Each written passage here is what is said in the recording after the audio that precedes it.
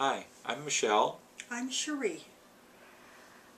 Michelle and Cherie, can you explain to us how you felt when you first met 29 years ago? In love. In love. Head over heels. And Michelle, can you explain where you were at in your life when you met Cherie? Well, my life was very difficult because I'm a transgender individual.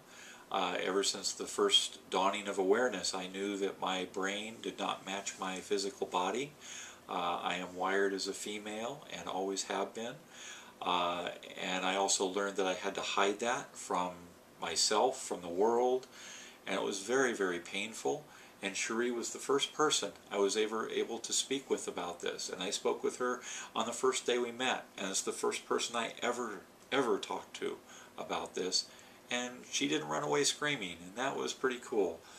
And so being transgender is a very difficult thing for people to deal with. They don't want to deal with it. And so, as I say, I had to hide it. And she's the first person I didn't have to hide it from.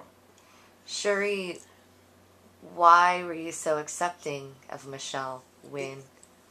I'm in love. I still am.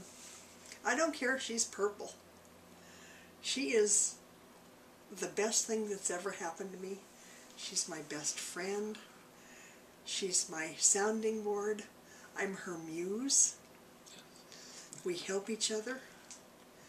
We give each other information. We give each other ideas. And we give each other love.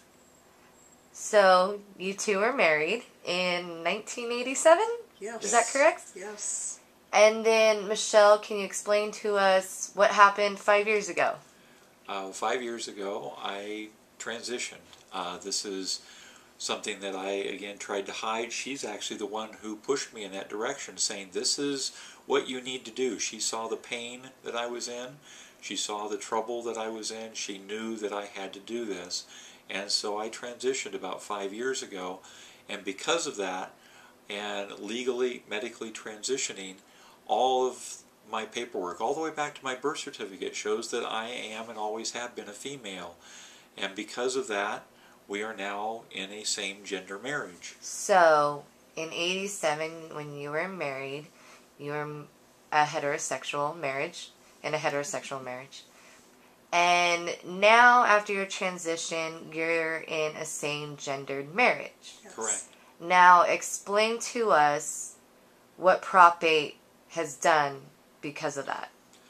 Prop 8 has said that we are not supposed to be married any longer, that someone can come in and tell us that we are no longer married, because we were not married as a same-gender couple during that small window of opportunity from June to November of 2008. And we want to be recognized as a same-gender couple because we are. I am female, she is female, we're in love. That's the bottom line. So after 24 years of being married, you just recently found out that the government is viewing you as individuals who are not married. That's Yes. correct. Yes. They stepped in and told us that we are not going to see you as a couple, but as separate individuals. And that's the way that they will look at us for tax purposes, for benefit purposes. And it's very important for us because, like any couple, we want to protect each other. If something happens to me, she needs to have the protections of a married person. Medical benefits, Social Security benefits, all these things. And now we have to fight extra hard for these things that we took for granted before my transition. And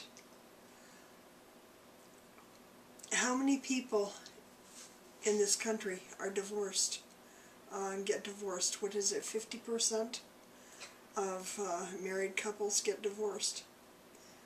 We've been together for 29 years. And we're still together.